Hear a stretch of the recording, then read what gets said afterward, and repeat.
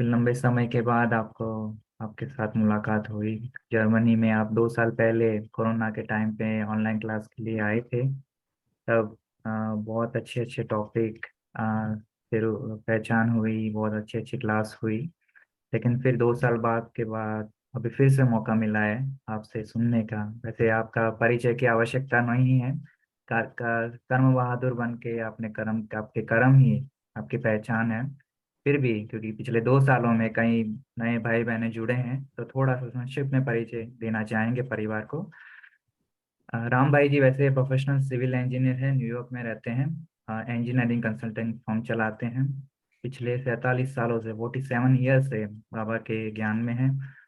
और परिचय में ये बात जरूर से बताना चाहेंगे कि जब वर्ल्ड ट्रेड सेंटर में जो हादसा हुआ, 9/11 कहते हैं जिसको, 2001 में, तब आप 64th फ्लोर पे थे। और उसके कोलैप्स होने से पहले 5 मिनट पहले ही ना ही स्वयं काफी लोगों को आपने बाहर निकाला, और साथ ही साथ आप अलग अलग टॉपिक पे अपना पर्सनल एक्सपीरियंस भी सुनाते हैं। और देश विदेश में जाना होता है, जैसे कि USA, south America, Caribbean islands, Russia, UK, India के अनेक शहरों में आपका जाना होता है।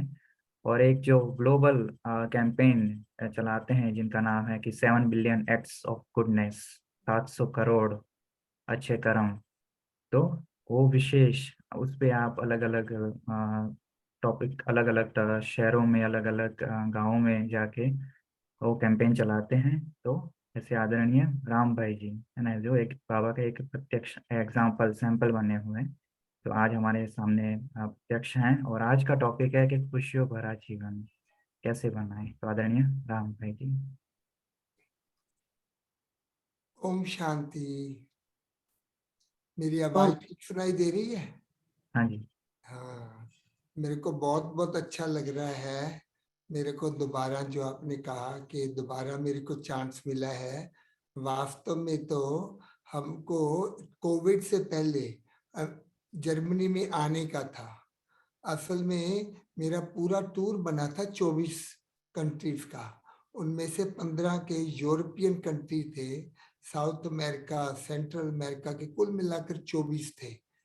और शुरू हुआ था जर्मनी से। वो वहां से ट्रिगर होके फिर बढ़ता गया बढ़ता गया। लेकिन बस निकलने से 2 दिन पहले ही टूर पर कोविड आ गया। सारा का सारा सब खत्म वो हो गया। उसके बाद फिर मैंने 2 बार शायद जर्मनी, एक बार इंग्लिश में और एक बार हिंदी में, मेरा ख्याल है ऐसे मैंने कराया था। तो ये जो हैप्पीनेस का टॉपिक है, मेरे को इसलिए इसका बड़ा अंदर में फील होता है क्योंकि मैं कई बार अपने आप से देखता था कि आदमी सोचता है ना अपने में कि मेरे को खुशियां किस तरह से मिलती है। तो जैसे मैं अभी इंडिया में था, मुझे पता था कि मैं पढ़ाई करके, मैं इंजीनियरिंग कॉलेज में पढ़ रहा था, तो मैं सोचता था कि मैं अभी मेरा भाई रहता है अमेरिका में, तो मैं अमेरिका में जाऊंगा, अच्छा मकान होगा, गाड़ियां हो गई, बस सुख सुविधा है। पर मेरे को कभी एक्साइटमेंट नहीं होता था। तो मैं सोचता था मेरे को एक्साइटमेंट क्यों नहीं होता है। मैं जब अमेरिका में भी पहुंचा, तभी भी मेरे को कुछ एक्साइटमेंट नहीं हुआ।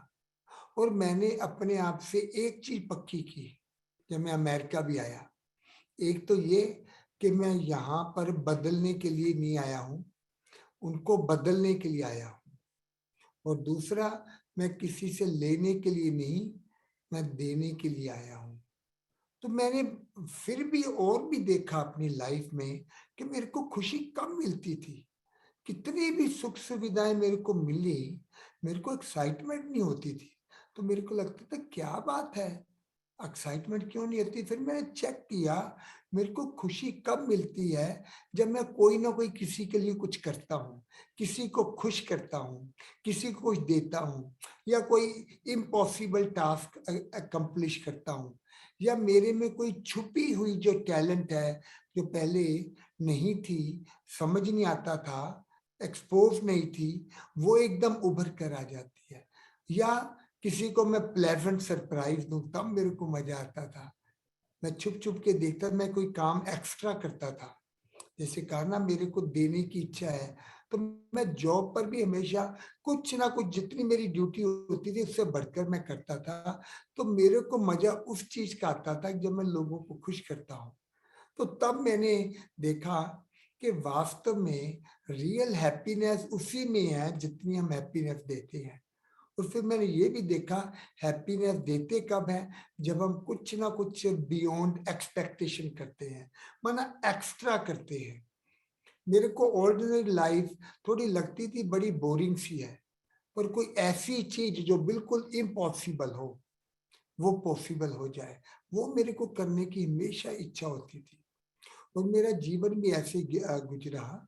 43 ईयर से मैं, अभी तो 44 होने को आए हैं, 44 नहीं 45 ईयर्स से मैं अमेरिका में रहता हूँ।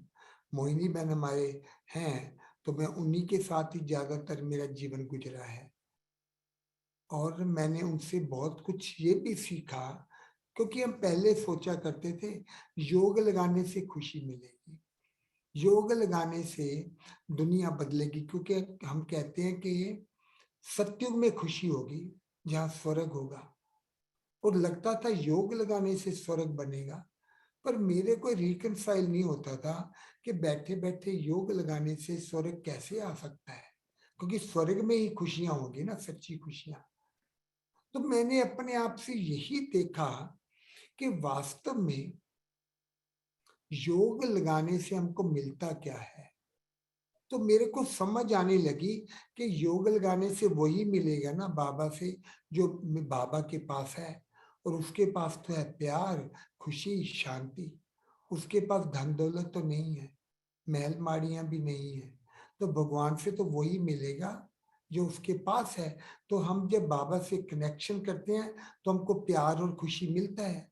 और मैंने ये भी नोट किया कि जब हम खुश होते हैं, हम चाहे 4 घंटे भी सोएंगे तो सुबह जंप करके उठ पड़ते हैं, क्योंकि कोई मिशन होता है या कोई उमंग उत्साह होता है, कुछ कर गुजरने की कोई इच्छा होती है, तब आपकी नींद फिट जाती है और आपको थकावट भी नहीं होती है।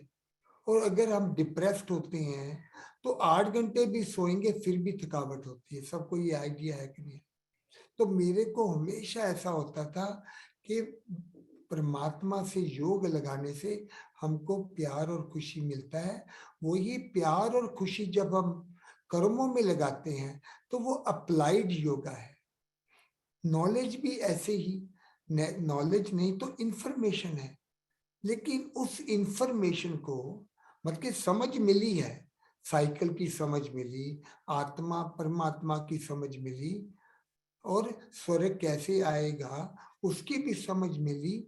लेकिन नॉलेज विजडम में तब बदलती है जब हम उसको कार्य में लगाते हैं। विजडम में क्या है, आपको लगता है कि कितना मेरे को करना है, कब करना है, कितना लोगों को सुनाना है, कैसे सुनाना है, उसकी डिलीवरी क्या है। तो तब जो नॉलेज है ना वो विजडम में बदल जाती है, जो कि हमारे काम में आती है। वो अप्लाइड नॉलेज इज विजडम। ऐसे ही अप्लाइड योगा वो है कर्म योगा। तो मैंने अपने जीवन में यही देखा कि कर्म योग ही से सब कुछ होगा। मेरे को नहीं तो लगता है ना, कई बार हम कहते हैं योग लगाने से होगा, तो मेरे को लगता है अच्छा मैं योग लगाता रहूं, कोई बाद में कोई पीछे से आके बोलेगा तुम्हारा योग पूरा हो गया है, अभी चलो तुम देवता बन गए हो, स्वर्ग तो हमारे लिए तैयार है। मेरे को वो रिकनसाइल नहीं होता था। मैं क्या, इसका कुछ ना कोई और प्रोसेस होना चाहिए। तब भी मेरे को ना कर्मों के ऊपर आया। तो तब मैंने वास्तव में क्या नोट किया था, मेरे को खुशी मिलनी शुरू हुई, मैं छोटे छोटे काम करने लगा। सबसे पहले मैंने काम करना शुरू किया बर्तन साफ करने का। मेरे को कभी नहीं, क्योंकि जितना जितना मैं आगे बढ़ता गया मैंने क्या नोट किया, अपने आप को मैं काफी ना सोचता था इसके बारे में कि स्वर्ग की स्थापना का कुछ ना कुछ प्रोसेस है। तो प्रोसेस के फिर कुछ ना कुछ इंग्रेडिएंट्स होते हैं, कुछ ना कुछ उनकी तरह तरह के प्रोसेस में कई प्रोसेस माए होते हैं। तो मेरे को एक चीज फील होती थी कि मेरे को जब मालूम पड़ा मैं आत्मा हूं, ना कि मेरी आत्मा, तो आत्मा होने के नाते से मेरे में परमात्मा का डीएनए है। तो तब मेरे को लगता था कि अगर मेरे में परमात्मा का डीएनए, वो कैसे, जैसे मेरे शरीर में मेरे माता पिता का डीएनए है, तो मैं अगर आत्मा हूँ, मेरा माता पिता परमात्मा है, तो मेरे में परमात्मा का डीएनए। तो मेरे को ऐसा लगता था जैसे ब्लड से शरीर चलता है, जैसे ब्लड जहां नहीं होता है वह बॉडी डेड हो जाती है। तो ऐसे मेरे को लगता था कि आत्मा से शरीर चलता है, तो आत्मा का जो प्यार है, खुशी है, वो जो परमात्मा से योग लगाने से मिलता है, तो वो प्यार और खुशी आत्मा में से होकर पूरे शरीर में फैला हुआ है, जैसे कि ब्लड फैला होता है। तो मैं इसका मतलब मेरे पोर पोर में प्यार खुशी भरा हुआ है। और ऐसे भी लगता वो प्यार और खुशी मेरा शरीर से निकल बाहर भी फैल रहा है। हम कई बार कहते नहीं है, इसके ऊपर ना हीलिंग टच करते हैं, वो किसी पर टच करते ना तो वो प्यार और खुशी होता है। मैं कोई भी चीज टच करूं तो उसमें प्यार और खुशी चला जाए। देखो लगता था ये बचपने की बातें हैं, शेख चिल्ली की तरह लगता था, पर मेरे को उसका बड़ा मजा आता था। मेरे को लगता था अगर हवा भी जो मेरे को टच करके जा रही है, तो वो हवा के बीच में भी प्यार और खुशी फैल रहा है। और आप देखेंगे, आप तालाब में एक थोड़ा भी कंकड़ डालेंगे, उसकी लहर पैदा होगी। वो लहर कहाँ जाकर खत्म होती है? जब तक किनारा नहीं आता वो लहर खत्म नहीं होती है। तो मैं अपने आप में इमेजिन करता था, तो क्या ये हो सकता है कि जो आत्मा से प्यार और खुशी निकल रहा है, कोई भी चीज उसको जो टच कर रही है, वो दूर दूर, जैसे हवा टच कर रही है, हवा दूर दूर तक फैल रही है।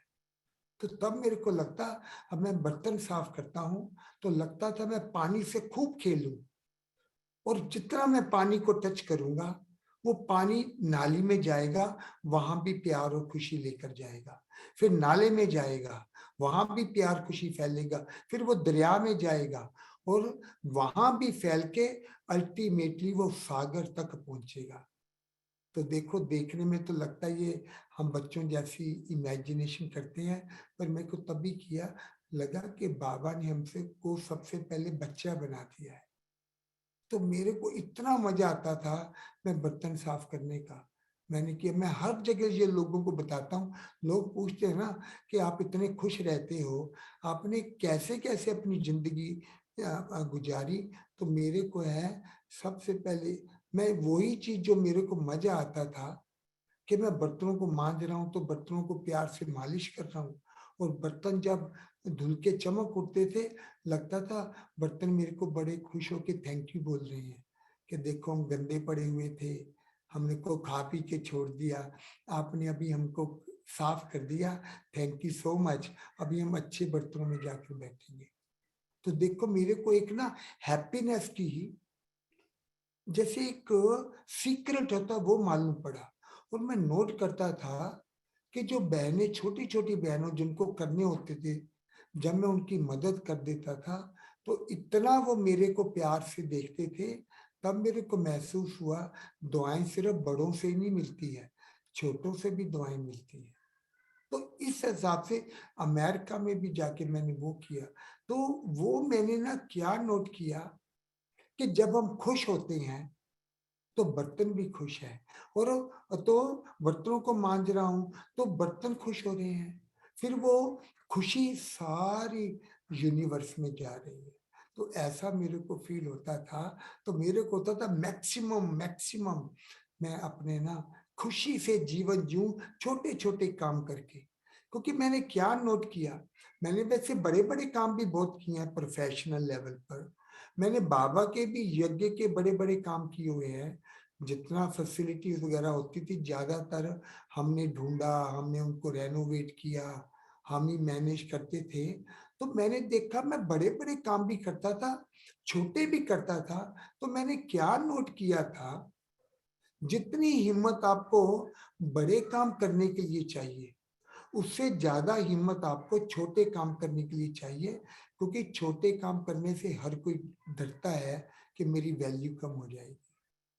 लेकिन मैंने नोट क्या किया है कि बड़े काम करने से आपकी जेलसी होगी लोगों को।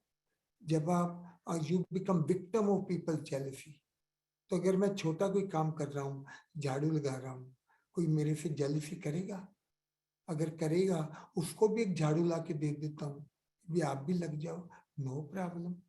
पर आप नोट करके देखना एक चीज, अगर कोई सेंटर पर आता है और आप कोई छोटा काम कर रहे हो, झाड़ू लगा रहे हो, है ना, कोई भी सेवा कर रहे हो, बर्तन साफ कर रहे हो, खाना बना रहे हो, आपको देखकर वो मुस्कुराएंगे।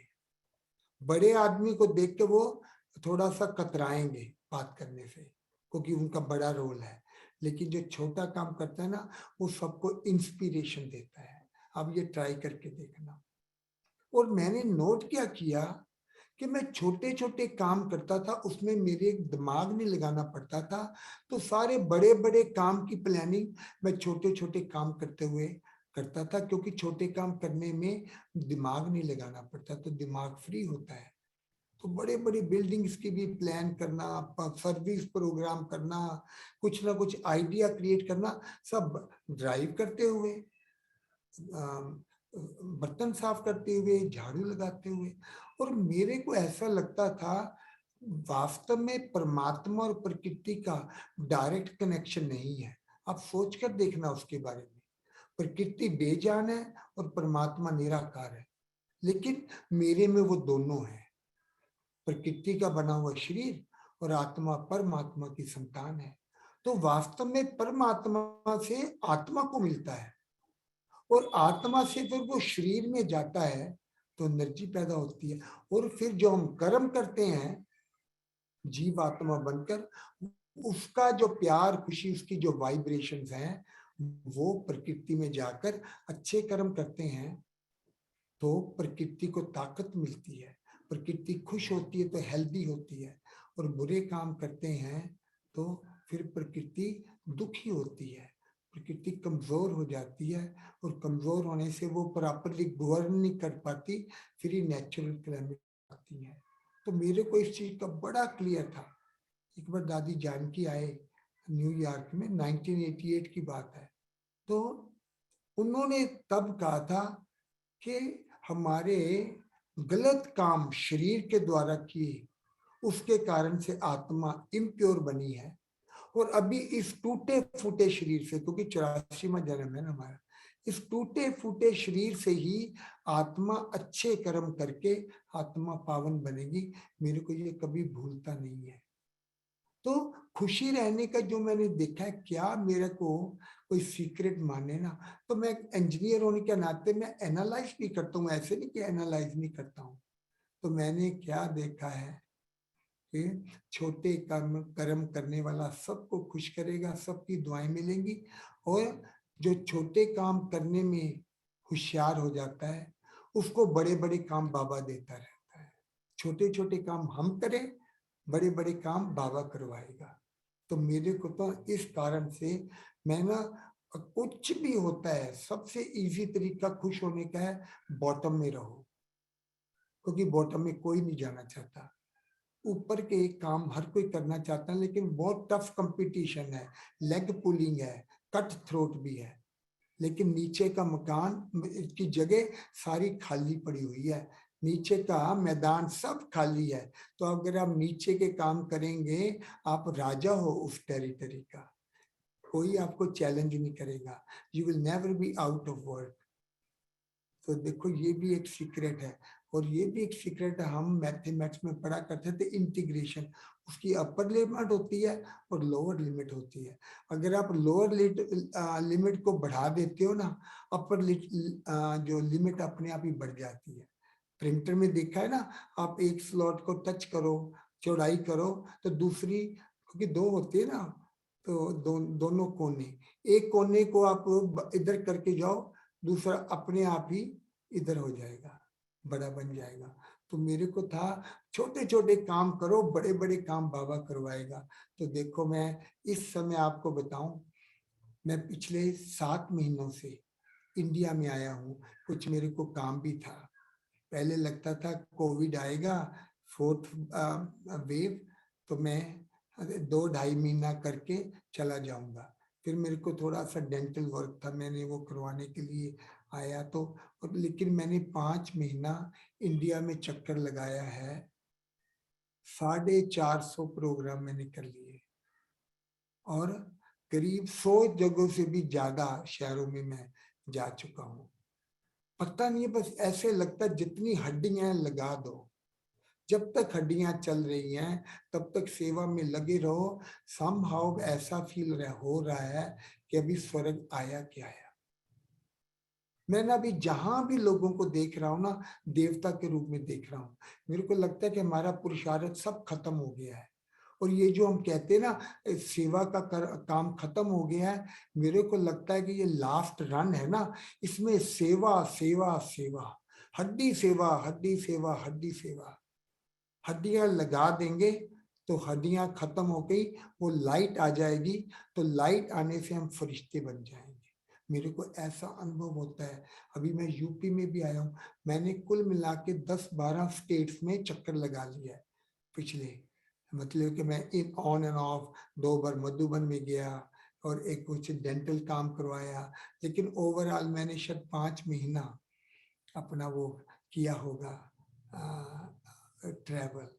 इतना मेरे को मजा आ रहा है, दिन में 3-4 प्रोग्राम भी कर लेता हूँ और साथ में ट्रैवल भी कर लेता हूँ। पता नहीं कहाँ से ताकत आती है। तो तब मेरे को लगता है दूसरों को खुश करने से आपके अंदर अपने आप ही खुशी आ जाती है। अपनी खुशी के लिए अपने पुरुषार्थ करने की जरूरत ही नहीं है। अभी तो हम फरिश्ते बनके, देवता बनके, अभी हमारा काम है, हम कहते हैं ना फाउंडेशन है योगा। योगा का फाउंडेशन, कब तक हम फाउंडेशन लगाएंगे? बिल्डिंग कब तैयार होगी? सुपर स्ट्रक्चर कब तैयार होगा?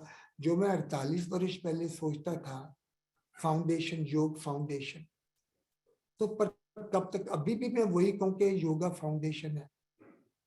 नहीं, अभी हमारा काम है जो हमको प्राप्ति हुई है, जो हमको प्यार और खुशी मिली है, जो हमारे में गुण आए हैं, जो हमने अनुभव किया है। अभी मैं क्या कर रहा हूँ, अपने अनुभव शेयर कर रहा हूँ। मैं ये प्रोग्राम जो 7 बिलियन एक्ट्स ऑफ गुडनेस वो भी कर रहा हूँ, लेकिन साथ में हर जगह मैं जीवन कैसे बिताया, और मेरा सचमुच में मैं कहूँ 48 ईयर्स एकदम खुशी वाला जीवन रहा है। बट आई बिलीव कि I want to be rough and tough yogi, ना कि इजी योगी। क्योंकि बहुत मैंने देखा, भारत में भी देखा है, अभी तो योग करते करते लोग सब सो जाते हैं। मैं एक जगह भर्ती कराने आया, ट्रैफिक कंट्रोल बजा, आंखें बंद कर ली, 3-4 सेकंड में ही एक की गुटका आया, दूसरे को, चौथे का झुटके आने लगे। 3 मिनट खत्म होते होते 70% लोग सो रहे थे अभी, और भट्टी करने के लिए आए थे वो।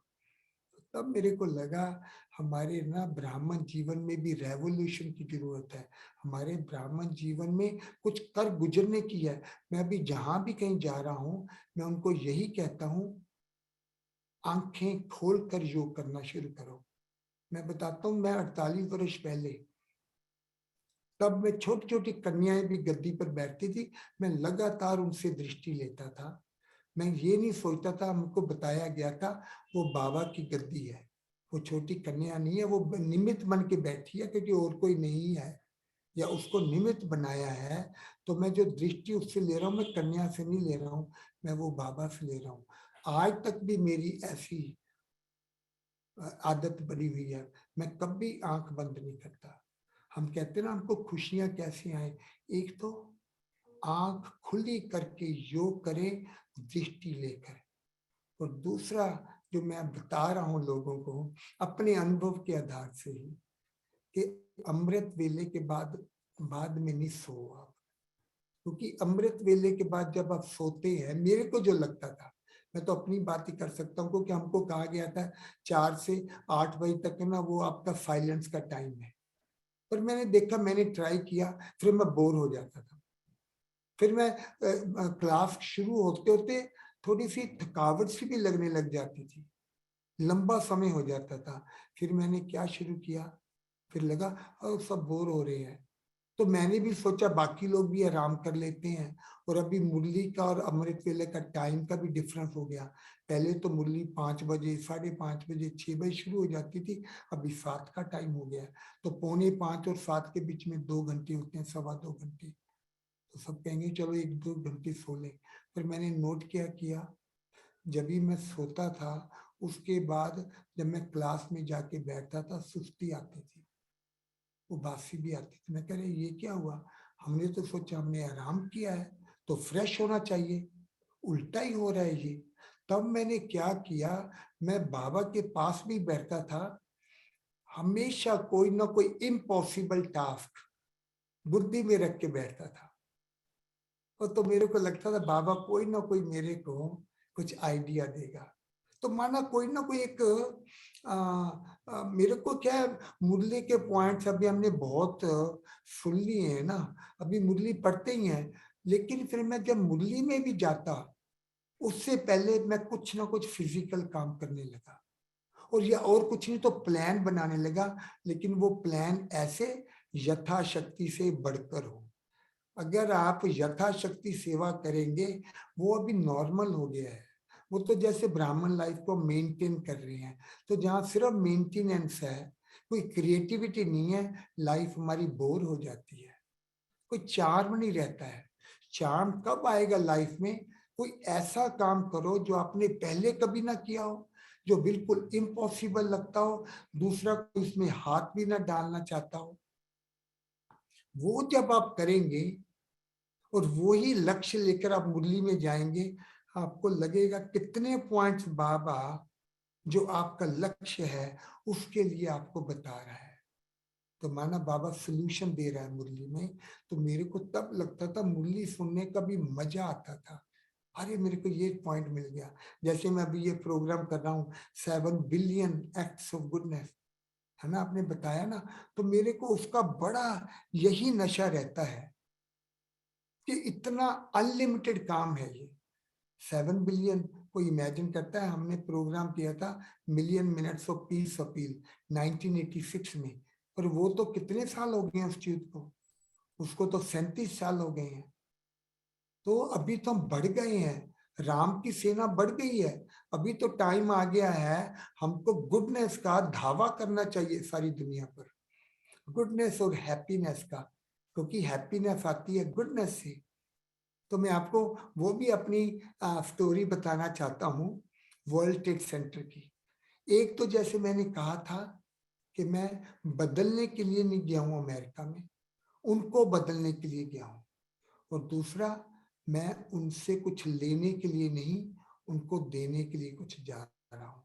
तो अभी भी मेरी एक नेचर है कि मैं हमेशा कुछ ना कुछ, जितनी मेरी ड्यूटी होती है उससे बढ़कर मैं कोई काम करता हूँ जिसका मेरे को कोई पैसा नहीं मिले। तो वो जो खुशी है ना एक्स्ट्रा करने की, उससे सबको दुआएं मिलती हैं। हमारी जॉब वाले हमेशा मेरे लिए लिखते थे, Ram goes above and beyond what we expect from him. माना हमेशा वो कुछ एक्स्ट्रा करता था। तो वो मेरे को भी बड़ा मजा आता था, मैं लोगों को प्लेजेंट सरप्राइज दूं। जो काम समझो थक गए हैं सब लोग, कहते चलो कल करेंगे, तो मैं चुपके से जाकर रात को वो काम पूरा कर देता था। तो मैं फिर नोट करना चाहता था अच्छा लोगों के रिएक्शन क्या है। तो मैं उनको ना चुपके से देखता था उनके रिएक्शन क्या है। जब वो देखेंगे अरे ये तो काम पूरा हो चुका है, फिर पूछे किसने किया किसने किया किसने किया, तो एंड में पता लग ही जाता है ना किसने किया। तो मेरे को बड़ा मजा आता था, मैं बड़ा खुश होता था उनकी मुस्कुराहट को देख के। तो हमेशा प्लेजेंट सरप्राइजेस दो।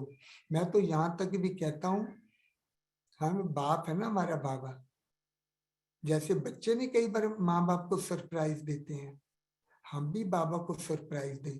ऐसे तरह तरह सेवा के हम कोई ना कोई प्रपोजल लेकर आए, कोई आइडिया दे। रमेश भाई को ब्रह्मा बाबा हमेशा बहुत खुश होते थे उसको देख के। हमेशा कहते अच्छा भाई क्या न्यूज लाए हो, क्या नया लेकर आए हो। तो इसका मतलब बाबा के तरह फ्रेंडशिप थी रमेश भाई के साथ, क्योंकि रमेश भाई हमेशा नए नए आइडियाज लेकर आते थे। तो मेरे को भी हमेशा यही होता है, बाबा के पास रोज के रोज नए नए आइडियाज लेकर जाओ। फिर बाबा भी मुस्कुराता है, कहता अच्छा आओ आओ, आज क्या नया आइडिया लेकर आए हो। तो ऐसा मेरे को तो जीवन में ना रहता है। तो हम तब कहते हैं, तो देखो वर्ल्ड ट्रेड सेंटर का भी मैं आपको सुनाता हूँ कैसे हमारे जीवन में कोई भी घटनाएं होती हैं, उसका हमारे लाइफ के साथ कैसा गहरा कनेक्शन होता है। तो वो ट्विन टावर थे अमेरिका में ना, 110 मंजिल के। मैं 64वीं मंजिल पर था जो पहला टावर टकराया, उसके नॉर्थ टावर। तो जब आके वो टकराया तो ऐसा लगे कि भूचाल आया है। बिल्डिंग इधर गई, इधर गई, इधर गई, लेकिन फिर वो खड़ी हो गई। तो तब लगा भूचाल तो नहीं है, कोई छोटा मोटा प्लेन टकराया होगा। तो फिर हमने नीचे उतरना शुरू कर दिया। थोड़े समय में दूसरा प्लेन आकर दूसरी बिल्डिंग को टकराया। तो लगा कि शायद थर्ड वर्ल्ड वॉर शुरू हो गया है, क्योंकि कौन इमेजिन करेगा कि अमेरिका कोई अटैक करने का। तो फिर सबको भगदड़ी होने लगी, घर जाएं, परिवार से मिलें, ताकि परिवार के साथ इकट्ठे हों। और फिर क्या हुआ, दूसरा टावर जो टकराया बाद में था, हमारा पहले टकराया था, लेकिन गिरना पहले वो शुरू हो गया। और जितने समय तक वो गिरता रहा, हमारा टावर भी बुरी तरह से शेक हो रहा था। और फिर क्या हुआ, मतलब जैसे नीचे से फर्श हिल रहा है, ऊपर से प्लास्टर गिर रहा है, पाइपलाइन एक दूसरे से टकरा रही है, इमरजेंसी सायरन बज रहा है, इमरजेंसी लाइट फ्लिकर हो रही है, माना जैसे हॉरर मूवीज का होता है ना, ऐसा ही लगता था। और फिर क्या हुआ कि हमको मालूम पड़ा कि जो सारा डिब्रीफ नीचे गिरा, उसके गिरने से हमारा जो सीढ़ियां थी वो बाहर से ब्लॉक हो गई। तो फिर हमको दूसरी सीढ़ी में जाना पड़ा, और दूसरी सीढ़ी में गए तो और भी वहां पे रश हो गया। और फिर बहुत तेजी से वहां पानी आने लगा, क्योंकि जो पाइपलाइन वगैरह थी वो टूट गई। पानी इतना तेज था कि अगर हम जोर से हैंडरेल को नहीं पकड़े तो बह जाएंगे। तो हम हैंडरेल को पकड़ते हुए नीचे आ रहे हैं, तो अचानक ही फिर पता चलता है कि वो दूसरे वाली सीढ़ी नीचे से टूट गई। तो फिर जो लास्ट वाली एक सीट बची थी, उसमें जाने के लिए हमको एकदम अंधेरे कॉरिडोर में से गुजरे। पानी हमारे ऊपर गिर रहा है, पानी हमारे एडियों तक पहुंचा हुआ है नीचे, कपड़े भीगे हुए हैं, दीवार का सहारा लेकर हम आगे जा रहे हैं। पर अंधेरे में कभी कभी वो इमरजेंसी लाइट फ्लिकर करती थी, तो दिखाई पड़ता था सारी बिजली की तारें, इलेक्ट्रिकल वायर, कम्युनिकेशन वायर, वो हमारे सर के ऊपर लटक रही है। तो हम अपने आप को नीचे झुकाते हुए धीरे धीरे करके हम बाहर निकले कॉरिडोर से। फिर सीढ़ी में गए, जाकर नीचे उतरे के बिल्डिंग के बाहर गए। हमको निकले हुए सिर्फ 4-5 मिनट हुए थे, अचानक लगा हम नीचे से जमीन हिल रही है। पीछे मुड़ के देखा, हमारा टावर भी गिरना शुरू हो गया। हम उस टावर के इतना नजदीक थे कि अगर वो हमारी तरफ टॉपल हुआ था, हम उसके नीचे आ जाते, लेकिन वो सीधा ऐसे आया टावर। हमको कुछ हुआ नहीं, लेकिन उसका जो धूल वगैरह हमारे पीछे पीछे भाग रहा था, हम आगे आगे हम दूर निकल गए। तो कई लोग मेरे साथ थे, वो मेरे को छोड़ना नहीं चाहते थे। तो वहां पर हमारा मेडिटेशन सेंटर है मैनहट्टन में, एम्पायर स्टेट बिल्डिंग के बिल्कुल पास। तो मैं उनको वहां लेकर आया, उनको खाना खिलाया, थोड़ा मेडिटेशन किया। और दादी जानकी से भी मेरी आधा घंटा बात हुई। उन्होंने कहा अभी अभी अपना ये अनुभव लिख के भेजो, मैं सारे जगहों पर भेजूंगी। और उन्होंने, मैं तभी बैठ के अपना अनुभव लिखा, और वो सारी जगह सर्कुलेट हुआ 5000 जगहों पर। लेकिन फिर रात को जब ट्रेन चलने लगी तो हम अपने घरों को आ गए। लेकिन अगले दिन मेरे को चारों तरफ से न्यूज़पेपर, टेलीविजन, सब लोग मेरे को कॉल करके ना इंटरव्यू ले रहे थे। तो वो पूछते थे, कई चीजें उन्होंने पूछी, पर मैं एक ही चीज बताऊंगा कि आप 5 मिनट पहले टावर से निकले, 95 मिनट्स आप टावर के अंदर थे, तो आपको डर लगा होगा ना, you are so close to your death कि मैं बच के नहीं आ पाऊंगा। तो वो भय कैसा होता है, फियर, कहते वो आप आपको बताओ। तो मैंने नोट किया, वो 95 मिनट्स में मेरे को 1 सेकंड भी डर नहीं लगा था। तो मैं सोचता हूँ उसका क्या कारण होगा। I am not a Superman, I am an ordinary person, साधारण व्यक्ति हूँ, तो मेरे को डर क्यों नहीं लगा। तो तभी मेरे को ख्याल आया, क्योंकि मैं लोगों की मदद करने लग गया था, इसलिए मेरे को अपना भय लगा नहीं। आपको ये अनुभव है कि नहीं, जब आप खुद मुसीबत में होते हो, किसी दूसरे को ज्यादा देखते हो, तो आपका क्या होता है, आपको अपना दर्द, दुख दर्द भूल जाता है। तो मेरे साथ भी ऐसा हुआ। पर क्वेश्चन था, मैं मदद क्या कर सकता था? सब लोग नीचे उतर रहे हैं, मैं भी नीचे उतर रहा हूँ। लेकिन फर्क क्या था, वो जल्दी जल्दी नीचे उतर रहे हैं ताकि घर जाएं, बच्चों से मिले। पर मेरे को तो उस समय मैं 27 ईयर से बाबा के साथ था। मैंने कहा अगर मैं भी दुनिया की तरह करूंगा तो मेरे उनमें फर्क क्या होगा? मेरे को तो लोगों की मदद करनी चाहिए।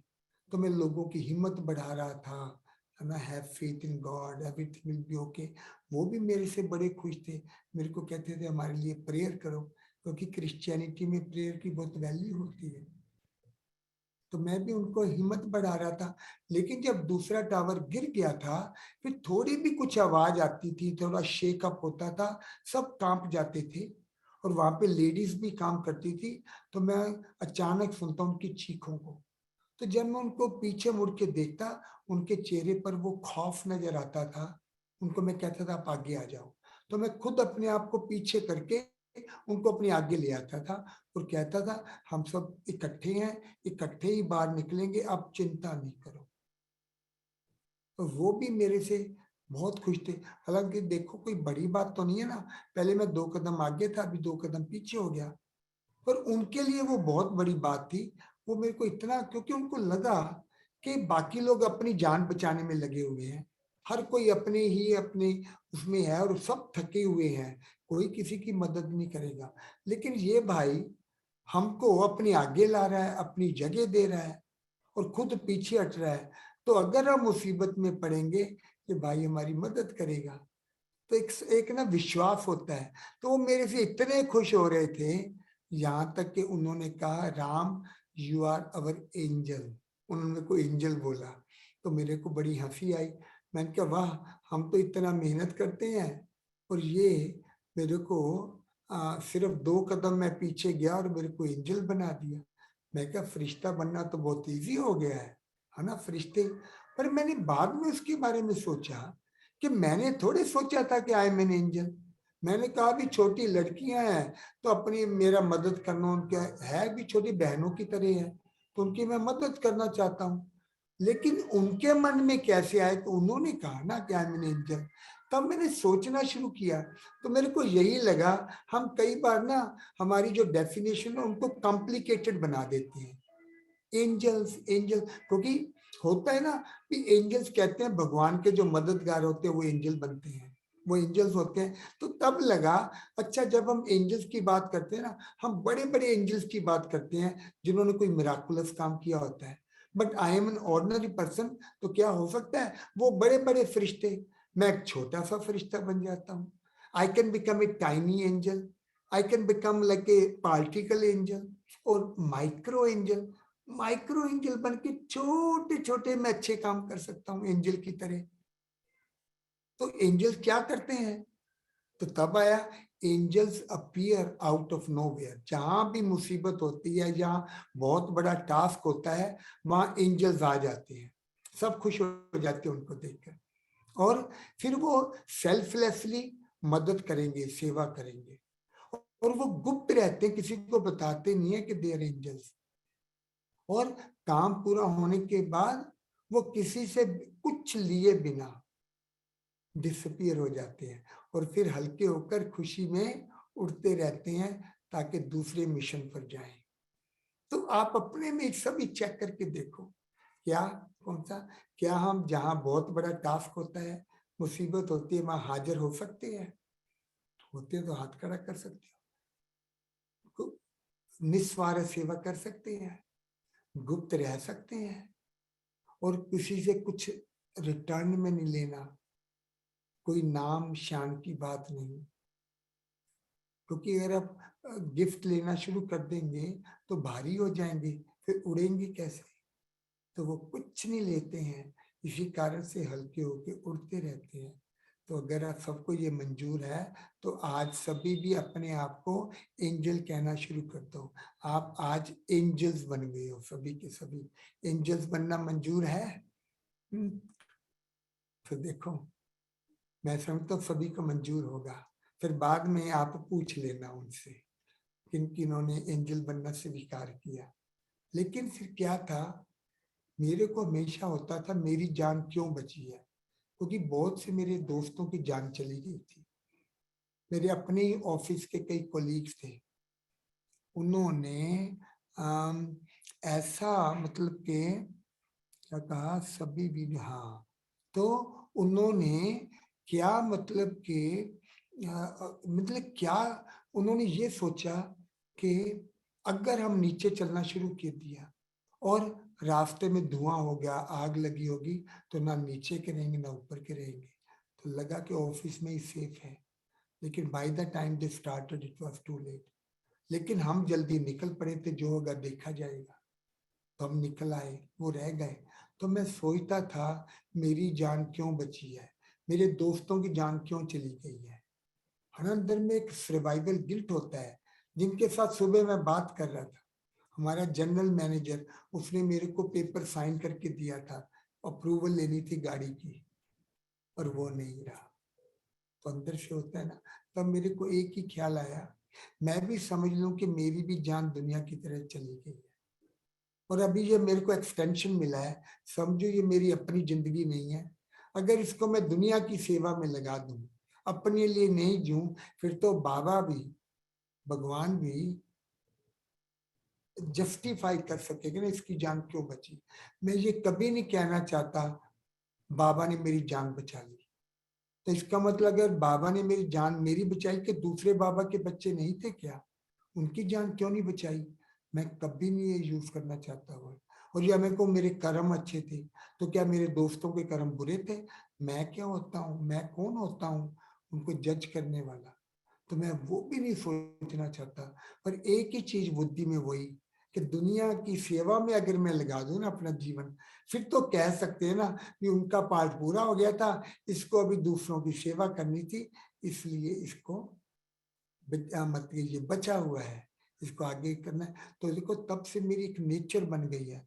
मैं कहीं भी जाता हूँ, हर जगह ना मेरे को तक कहीं ना कहीं मैं लोगों की मदद करूं, कहीं भी जाऊं।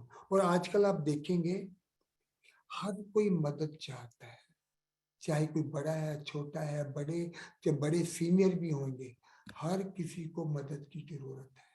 हर कोई किसी ना किसी बात से परेशान है। कई बार हेलो बोल देना, मुस्कुरा के बोल के उन हाल चाल पूछ लेना, छोटा छोटा उनको कोई काम कर देना, it goes a long way. तो उसके आधार से मेरे को हमेशा होता था कि कोई बड़ा काम करना है, जिंदगी बची है तो कुछ करके दिखाना है, बाबा को कुछ करके दिखाना है। और जो मैं ना निर्वैर भाई से भी बातें करता रहता था, मैं कहता था निर्वैर भाई हमको धमाका करना है। पता नहीं क्यों लगता है जब से वो धमाके हुए ना, तो मेरे को लगता था कि धमाका जो करने वाले हैं वो सारी दुनिया को हिला देते हैं, लेकिन अच्छे लोग ढीले ही रह जाते हैं। तो क्या हुआ था, 2008 के एंड में कवर स्टोरी आई थी टाइम मैगजीन में, हैप्पीनेस इज कंटेजियस। तो उन्होंने एक्सपेरिमेंट किया था 5,000 लोगों के ऊपर 20 साल तक। उन्होंने क्या फाइंडिंग्स थी, कि जैसे फ्लू की बीमारी फैलती, उस समय कोविड नहीं होता था, वो तो उससे भी फास्ट फैलता है, वैसे ही हैप्पीनेस भी फैलती है। तो उनका क्या था, अगर एक जना खुश होता है, उसको देखकर 5-7 अपने आप ही उसके दोस्त खुश हो जाते हैं, दोस्त फ्रेंड्स रिलेटिव्स। और उन 5-7 को खुश देख के 20-25 खुश हो जाते हैं, 20-25 को खुश देख के 100-150 खुश हो जाते हैं। माना सबको ही जैसे वो खुशी फैलती रहती है। तो तब भी लगा, देखो सोचा, मेरे को वही ख्याल आया कि खुशी कैसे आती है। तो तब मेरे को लगा था एक टेररिस्ट अपने गलत काम से सारी दुनिया को हिलाता है कि नहीं, हम क्यों कमजोर हैं।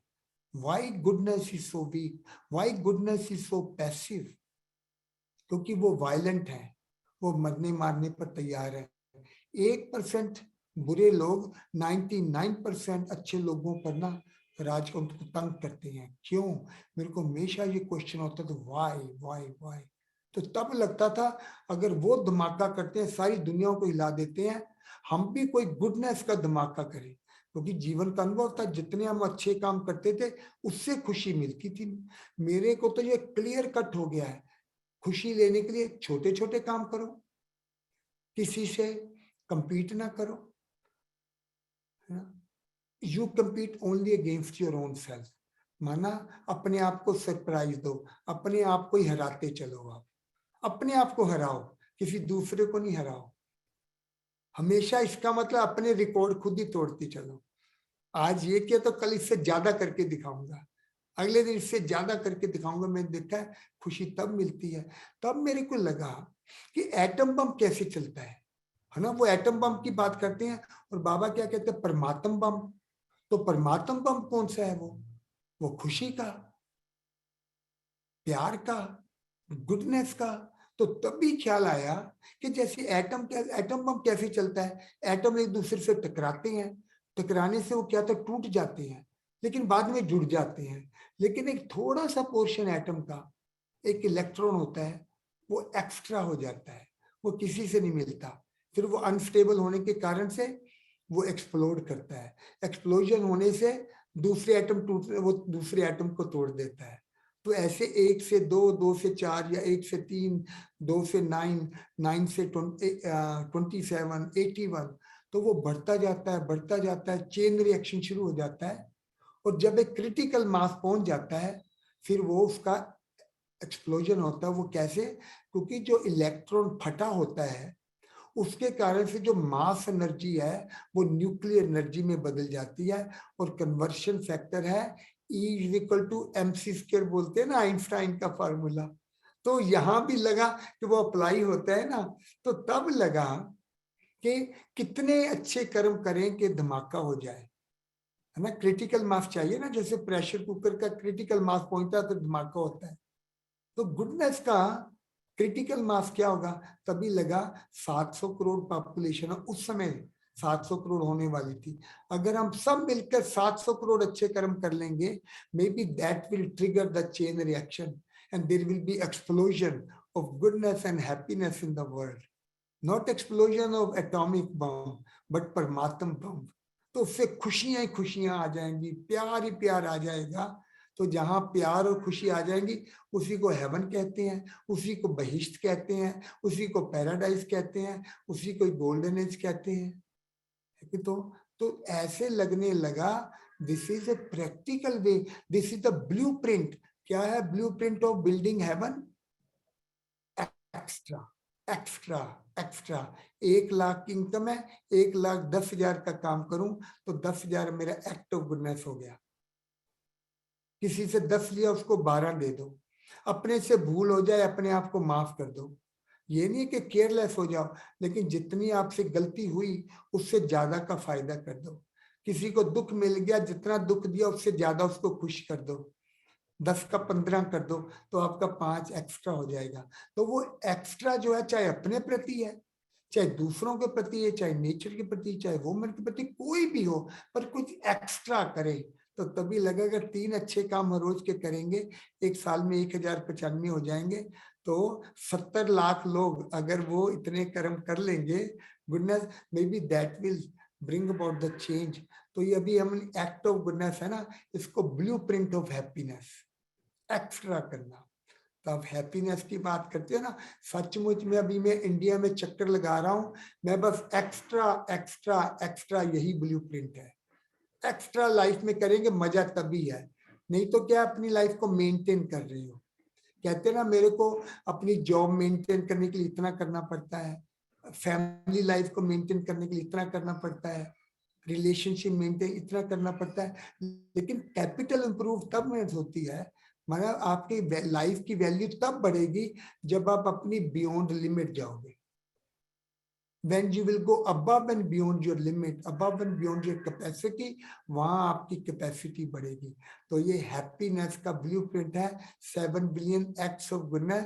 तो देखो, ये हमने प्रोग्राम किए हैं, कुल मिला के सारे वर्ल्ड में 45,000 के करीब प्रोग्राम हो चुके हैं। मैं वास्तव में जो यूरोप का चक्कर लगा रहा था, मैं जगह जगह यही प्रोग्राम करने के लिए जा रहा था, लेकिन अभी फिर मौका मिलेगा, मैं समझता हूँ। मैं स्वदेश दीदी से बात भी करूंगा, है तो देखेंगे दोबारा से जर्मनी में आने का मौका मिलेगा ना, तो फिर खूब धमाल करेंगे। धमाल माना हम एक्सप्लोजन लाएंगे गुडनेस एंड हैप्पीनेस का। तो हैप्पीनेस की एक्सप्लोजन चाहते हो, प्यार और खुशी का एक्सप्लोजन चाहते हो, तो फिर लग जाओ कुछ ना कुछ एक्स्ट्रा करना, एक्स्ट्रा करना, एक्स्ट्रा करना। अपने अच्छे होने से डरो नहीं, ठीक है ना। अभी किसी को कुछ कहना है, मैं टाइम देख रहा हूँ, देखो 10 मिनट बचे हैं। आपको कैसा लगा कि गुडनेस का प्रोग्राम, खुशियां लाने का प्रोग्राम, ब्लूप्रिंट का कैसे लगा? किसी को भी प्रश्न है तो आप पूछ सकते हो। ओम बहुत सुंदर, शांति। बहुत सुंदर भाई, बहुत सुंदर। हम भी चाहते हैं यही बात। हाँ जी, बहुत कुछ। किसको प्रश्न है? ओम शांति भाई जी। हाँ जी।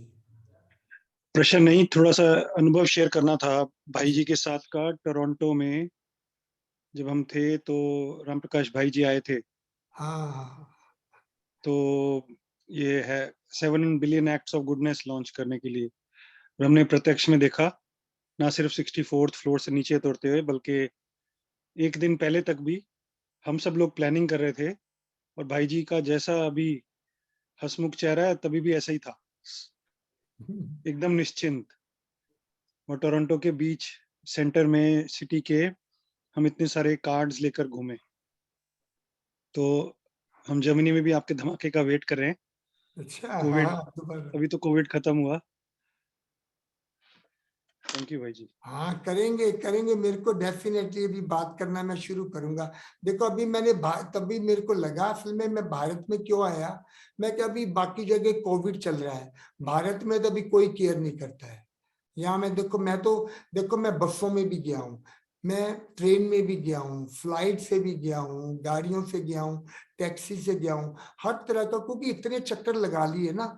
मैंने 100 से ज्यादा सिटी घूम लिए हैं इन इन 5 महीने के ट्रेवल में। लगे रहो लगे रहो। मैंने देखा क्या खुशियां, क्या मजा, थकावट भी गायब हो जाती है। 4 घंटे सो, मेरे तो 4 घंटे से भी कम नींद है अभी आजकल। पता नहीं कहाँ से एनर्जी आती है। तो तब लगता है जब सब लोगों को मैं खुश देखता हूँ ना, तो मेरी भी वो सारी थकावट खत्म हो जाती है। तो वो चीजें ना, ये सारी चीजें जो है ना, these are all open secrets. लेकिन हमारे अंदर से जो इमर्ज होती रहे ना, कि सीक्रेट क्या है खुशी की, तो मेरे को तो देते चलो। लेने से कभी नहीं खुशी मिलेगी, देने से होगी। तो मेरे को तो देना देना देना, और एक्स्ट्रा एक्स्ट्रा एक्स्ट्रा। तो और बॉटम में रहो। बॉटम से आपको कोई नीचे लेग पुल ही नहीं करेगा। अगर आप ऊंची पोजीशन में है तो दे विल आपकी नीचे खींच लेगा, पर हो ही जमीन पर, आपको नीचे कौन कहाँ लेकर जाएगा। और आप नीचे हो तो राजा हो, सचमुच मुझे लगता है you own the whole territory, और आप सबको खुश करोगे उससे। करके देखो छोटे छोटे काम। अभी ना क्या है, मैं समझता हूँ ब्राह्मणों में क्यों प्रॉब्लम आ गई है, काम नहीं करते हैं। काम ना करने की बीमारियां हैं इस समय। अभी मैं जब से इंडिया में आया हूँ कोई दवाई नहीं लेता। पहले वहां न्यूयॉर्क में थोड़े ढीले होते हैं, है ना, चलो भी इजी लाइफ है, वहां कुछ ना कुछ दर्द होता रहता है। लेकिन मैं इंडिया में आया हूँ, कोई दर्द नहीं होता, कुछ नहीं लेना पड़ता, कोई दवाई नहीं लेता हूँ मैं। पेट भी मेरा बिल्कुल ठीक रहता है। कहाँ से होता है? अभी मैं कोई कहूंगा सेवा करते रहो करते रहो। सेवा के लिए ये ना कहो कि अभी तो टाइम खत्म हो गया सेवा का। मेरे को लगता है अंतिम चरण है, इसी में खूब हड्डी लगा लगा के सेवा कर दो, सारी दुनिया को एक्सपोजर कर दो भगवान का। आप देखना कितना आपको मजा आए। आपने हाथ उठाया था, वो कौन है? गुंजन, गुंजन सिंह। हाँ कौन? अच्छा, बोलो, और किसी को कुछ कहना है? जी भाई जी, जैसे बाबा कहता है ना, खुशी जैसी कोई खुराक नहीं, तो आपने तो आज खुराक खिला के भरपूर कर दिया है ना। अभी समय तो हो रहा है, लेकिन फिर भी मन करता है और भी सुने, और भी अनुभव सुने, सुनते जाएं। तो जैसे जर्मनी को कहते हैं कि एक्सप्लोजन का एपी सेंटर है, जहाँ पे वर्ल्ड वॉर 2 के बॉम्ब अभी भी मिलते हैं। एक्सप्लोजन इतना नहीं होता है, लेकिन जरूर से आप आके जरूर से धमाका करें। सुदेश जी भी अभी मधुबन में है, तो पूजा बहन से कहेंगे जरूर से अगर कुछ प्रोग्राम बनता है तो जरूर से जल्दी आए, इंतजार रहेगा आपका। और परिचय में मैंने ये संख्या नहीं बताई कि कितने प्रोग्राम किए, क्योंकि मैं समझा कि जब आपने लिखा होगा नंबर, तब से आज तक तो 400-500 प्रोग्राम और कर चुके होंगे, इसलिए मैंने बताया भी नहीं।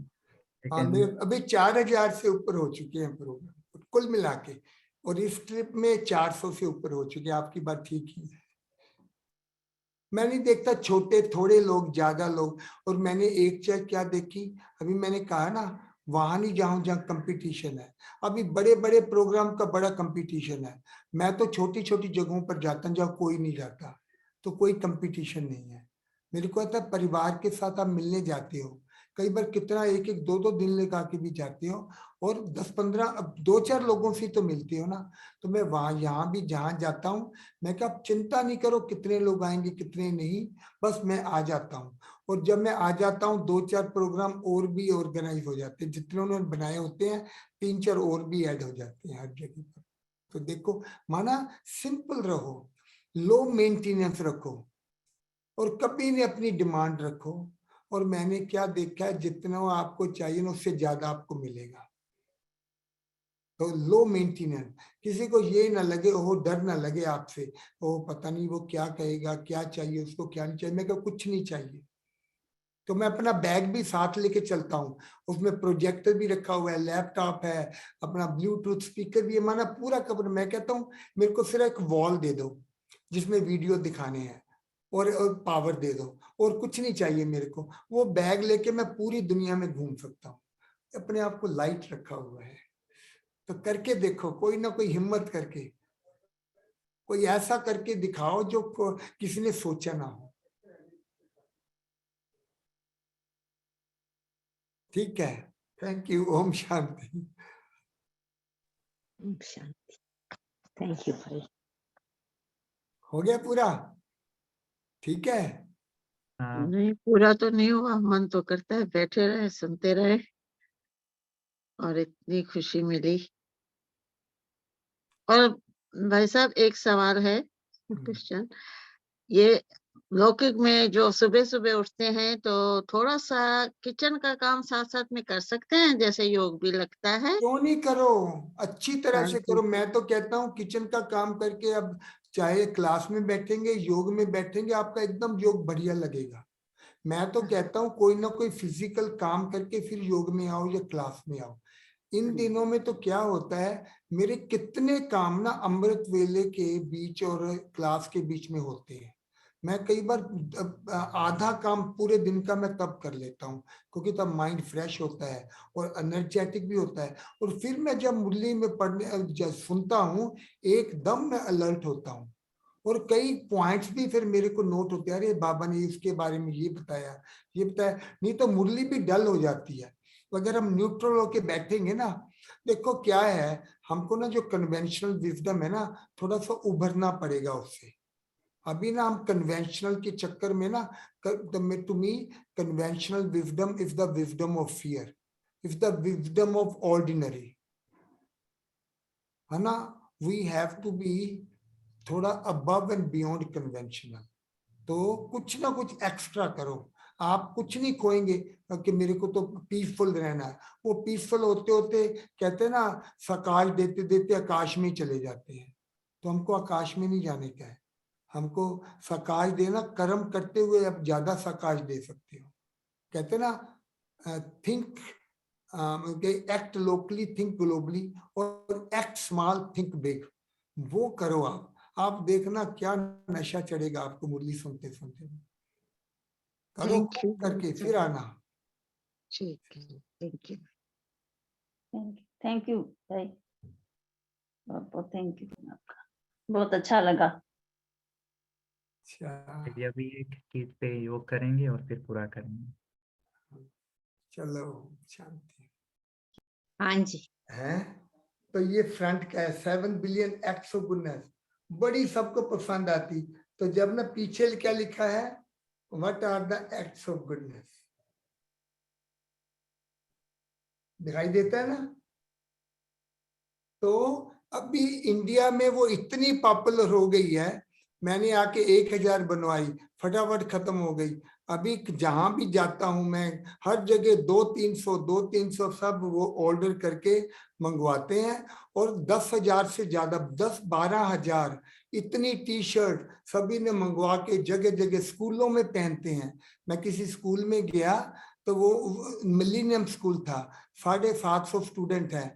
मैंने प्रोग्राम जाके कराया तो वो प्रिंसिपल कहने की तो बहुत अच्छा है, हम हर फ्राइडे गुडनेस डे मनाएंगे और सब बच्चे टी शर्ट पहन के आएंगे और कुछ ना कुछ एक्स्ट्रा काम करेंगे। कहा ना एक्स्ट्रा एक्स्ट्रा एक्स्ट्रा।